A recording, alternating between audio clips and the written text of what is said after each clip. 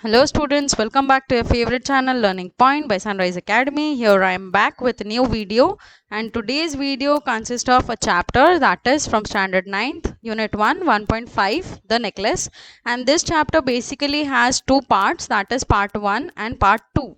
Now both the parts will be divided in two videos and the story will be completed. So for that keep watching. Thank you. So let's start the chapter. This is the necklace and it is part 1. Here we have basically 2-3 characters. So the girl Mathilde, her name is Mathilde, and she is a very small, pretty, charming girl, and she was born as if by an error of fate. Now what does error of fate means? Error of fate means by luck, means kismat se, means she thought that she would be able to be born in a very good family, but instead of being born in a good family, she was not born in a very good family and she was born in a family of clerk. ठीक है, जो बहुत ही थोड़ा सा lower level का family standard होता है वो उसमें बॉर्न हुई थी, and she did not like that also. Now she had no means of being known, understood, loved or be wedded to an aristocrat, and so she let herself be married to a minor official at the Ministry of Education. Now this girl, she was not well known, तो उसे काफ़ी ज़्यादा अच्छा नहीं लगता था कि ये बहुत एकदम फेमस होगी या बहुत सारे लोगों को ये पसंद होगी और एक बहुत ही अच्छे बिजनेसमैन से ही इसकी शादी होगी, ऐसा कुछ भी नहीं था. Instead she was knowing that she will not be married to a very good person, very rich person. So she said okay, she said yes, no problem, and she just married to a person who was at a lower level in the Ministry of Education. एक minor official था वो, बहुत ही Ministry of Education. Now Mathilde, this girl, after marriage, she dressed plainly because she had never been able to afford anything better.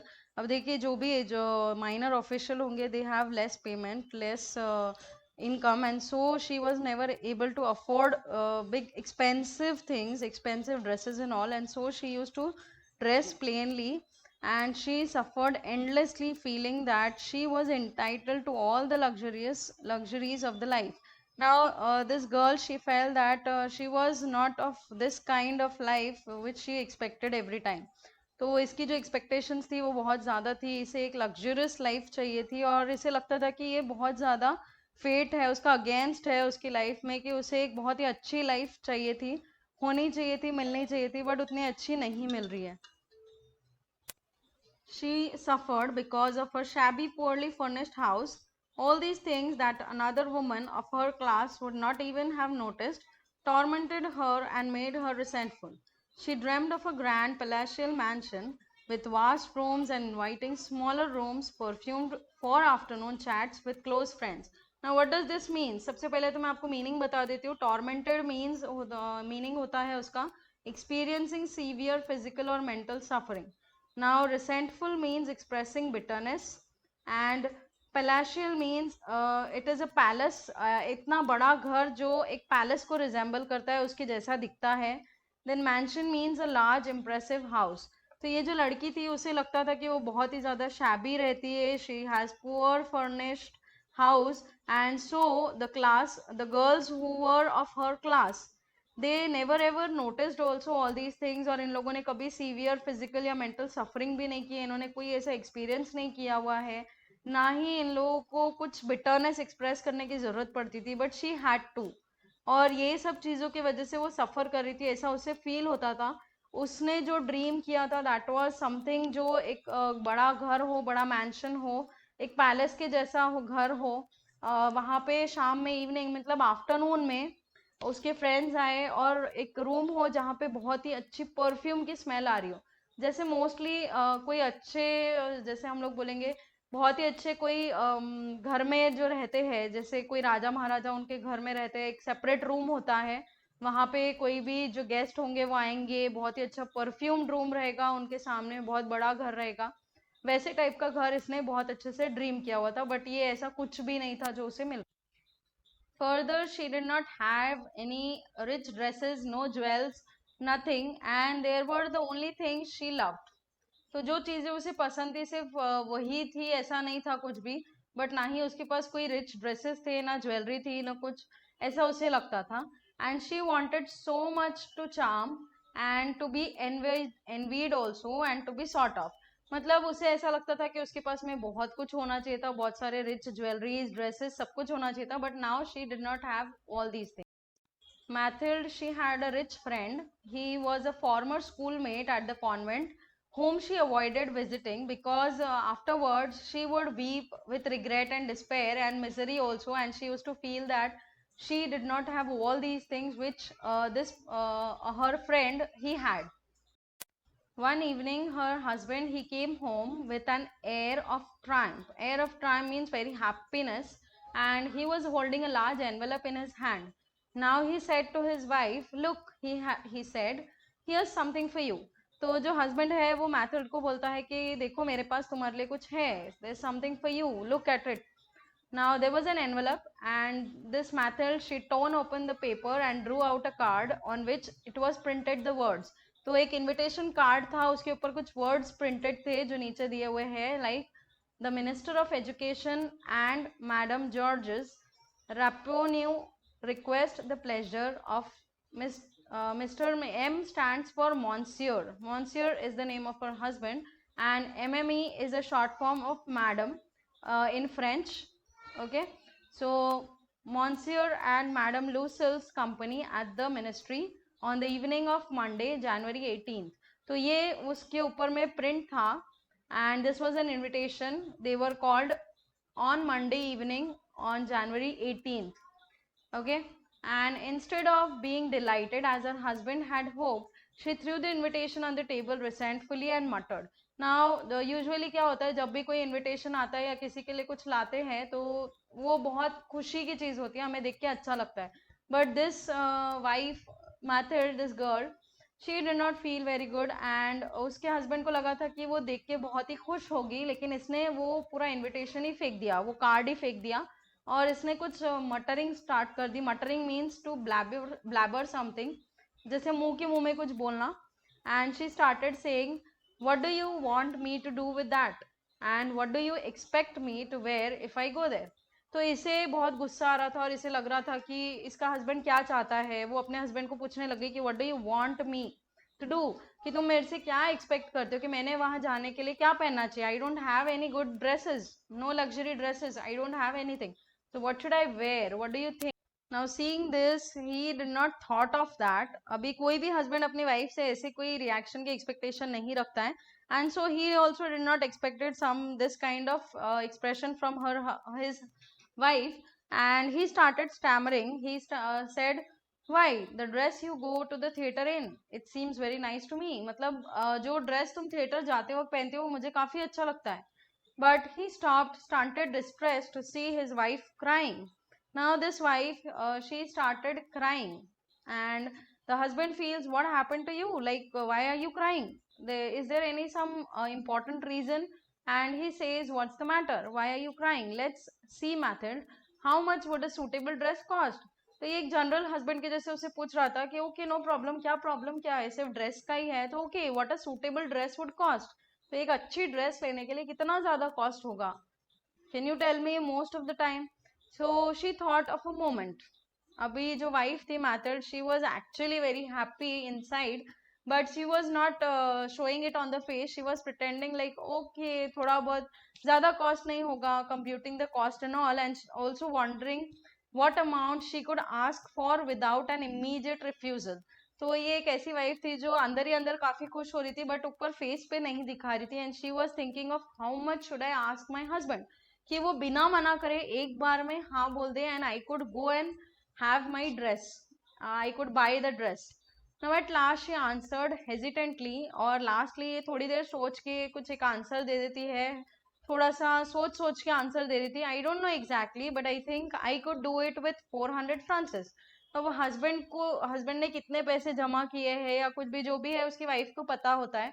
And according to that only she said कि exactly तो मैं नहीं बता सकती कि मुझे कितने कॉस्ट लगेंगे एक अच्छा ड्रेस लेने के लिए, बट हाँ 400 francs would be okay. And he turned a little pale. Now husband he had only this much saving done with him, तो उसे लगा कि ठीक है, buy a gun for a hunting summer. तो ये जो हस्बैंड था वो काफी पेल हो गया था टर्न, क्योंकि इससे पता था कि उतने ही उसने अमाउंट सेव किए हुए, और वो उसने सेविंग इसलिए की थी क्योंकि उसे समर में हंटिंग के लिए एक गन बाय करना था, and it was in the country near Nantry with a few friends. Okay, तो इसने एक अच्छे से कुछ वहां पे फ्रेंड्स के साथ जाके हंटिंग करने का एक सोच के रखा था, प्लानिंग एंड ऑल, और उसके लिए उसे एक गन बाय करना था जिसके लिए उसने 400 फ्रांसिस सेव करके रखे थे। So he said okay no problem, very well, I can give you 400 francs, because मेरे पास उतनी सेविंग है तो मैं तुम्हें उतना दे सकता हूँ, but try and get a really beautiful dress, ताकि बाद में ये ना हो कि मैंने ये क्यों लिया, ऐसा टाइप का रिग्रेट नहीं हो। तो अच्छा एक ड्रेस ले लेना। Now, the last day of the party, it was drawing near, and Madame Lucille seemed sad, restless, anxious, though her dress was ready. अब देखो जैसे जैसे पार्टी का टाइम नियर आ रहा था, दिन नियर आ रहा था, क्लोज आ रहा था, ये जो मैडम लुसेल थी ये काफी अपसेट थी, सैड थी, बहुत ही ज्यादा एंशियस भी थी कि पता नहीं वहां पे क्या होगा, कैसे होगा। उसके हस्बैंड ने ये काफी अच्छे से नोटिस किया था, और उसने उसे पूछा भी। Finally he went to her and asked her what's the matter, because उसका ड्रेस जो प्रॉब्लम क्रिएट कर रहा था दैट वाज ऑलरेडी रेडी। उसका जो ड्रेस था वो रेडी हो चुका था, अब क्या प्रॉब्लम था, that he was eager to know. Now you have been acting strange these last 3 days। तो वो उसे पूछता है कि एक्चुअली प्रॉब्लम क्या है, क्या मैटर है कि तुम 3 दिन से काफी एकदम स्ट्रेंज बिहेव कर रही हो। Now Mathilde she replied, I am upset that I have no jewel, not a single stone to wear, I would rather not go to the party. अभी देखो कोई भी पर्सन जिसने 400 फ्रांसिस एक ड्रेस के लिए खर्चा कर दिया है, उसे काफी ज्यादा गुस्सा भी आता है और फील भी होता है कि इतना सब करने के बाद भी एक छोटी सी ज्वेलरी की वजह से वो उसकी वाइफ बोल रही है कि no I won't go to the party. तो वो बोलती है कि मेरे पास एक सिंगल स्टोन भी नहीं है, what will I wear and I will go in the party, and she was not convinced also. तो उसकी उसकी जो वाइफ है वो उसको बोलता है husband, you could wear flowers also he said, and they are very fashionable at this time of year. तो अभी क्योंकि फ्लावर ज्वेलरी काफी चल रही है, तो हस्बैंड रिकमेंड करता है कि तुम्हारे पास ऑलरेडी फ्लावर ज्वेलरी है, so you can buy that, और instead of buying also you can just wear that and go, it looks very good. तो जो वाइफ थी वो ज्यादा कन्विंस नहीं थी, बिकॉज उसे वो बिल्कुल पसंद नहीं होगी और उसे नहीं पहनना था। And you could the next day what happened, she went to her friend's house and she told her of her distress. इसकी एक क्लोज फ्रेंड थी, वो उसके पास चली गई जिनका नाम था मैडम फॉरेस्टियर। वो उनके पास जाती है और बोलती है अपने जितनी भी इतना सब कुछ था वो सब बता देती है। And she says madam Forestier she went to her mirrored wardrobe. अब मैडम फॉरेस्टियर जो थी वो काफी अच्छे घर से बिलोंग करती थी, उनकी एक वार्डरोब थी मिरर की। वो वहां जाती है, एक बड़ा बॉक्स निकालती है बाहर, and she goes back to her seat, opens it and says to madam Loisel, choose my dear. तो वो कुछ ज्वेलरी दिखाती है उसे और बोलती है कि ठीक है इसमें से चूज करो डियर। तो फर्स्ट मैथल जो है वो अलग अलग ब्रेसलेट्स दिखती है, फिर एक पर्ल का नेकलेस दिखती है। वो अपने ऊपर ट्राई भी करके देखती है उस ज्वेलरी को, लेकिन फिर भी वो उससे सेटिस्फाई नहीं थी और वो कंटिन्यूअसली पूछती रहती है बार बार। She kept on asking, do you have anything else? Now, Madam Frostier, she said, yes, I have, but you can see whatever you like. I don't know what you like. And this Lucille, she continuously was searching some of the other thing, and suddenly she discovered in a black satin box there was a superb diamond necklace. And ये बस मतलब उसके लिए एकदम पागल हो गई कि बस उसे वही चाहिए था। इसने फास्ट एकदम वो अपने नेक के अराउंड पहन लिया और मिरर में देखने के लिए खड़ी हो गई, and she was feeling like she was the princess of herself. और वो उसे बस वैसे ही फीलिंग आ रही थी कि बस अब इससे अच्छा तो कुछ नहीं हो सकता। और वो हेजिटेंटली एकदम एंशियसली अपनी फ्रेंड को पूछने लग गई, and she asked her friend, would you lend me this one, just this one. तो वो बोलती है कि बस मुझे यही एक नेकलेस चाहिए और इसके अलावा कुछ भी नहीं चाहिए, तो बस मुझे यही लैंड कर दो, ये दे दो। So could you please give me? So she said, why, yes of course, बिल्कुल ले जाओ, कोई प्रॉब्लम नहीं है। And she threw her arms around her friend's neck rapidly, and then she fled with her treasure. Now what she does, she hugs her and she goes away with taking this necklace. Now the day of the party was arrived, and Madame Lucille, she was a success, and she was prettier than all the other women, elegant, gracious, smiling and full of joy. Now just imagine कि आपको कहीं जाना है, कुछ चीज चाहिए, और जो भी आपको चाहिए वहाँ पार्टी में जाने के लिए, फंक्शन में जाने के लिए, वो अगर आपको मिल जाता है and you feel that you are the greatest and the most beautiful than everybody else over there. तो बस उसी तरह इसे भी लग रहा था कि मैं एकदम हैप्पी थी, ये बहुत ही ज्यादा फुल ऑफ जॉय थी, स्माइल कर रही थी, एकदम बहुत अच्छी दिख रही थी, प्रिटी दिख रही थी, and what ever she wanted she was having it. उसे एक ड्रेस चाहिए था, she was having a party dress, she was having a diamond necklace in her neck, and that was all she wanted. And she danced wildly with passion, forgetting everything in the triumph of her beauty and success, floating in a cloud of happiness. Okay, so she forgot everything. सभी कुछ भूल गई, वो इतनी ज्यादा खुश थी, इतनी ब्यूटीफुल लग रही थी, इतनी सक्सेसफुल थी कि वो सब कुछ भूल गई। Now Mathilde and her husband left at about 4 o'clock in the morning.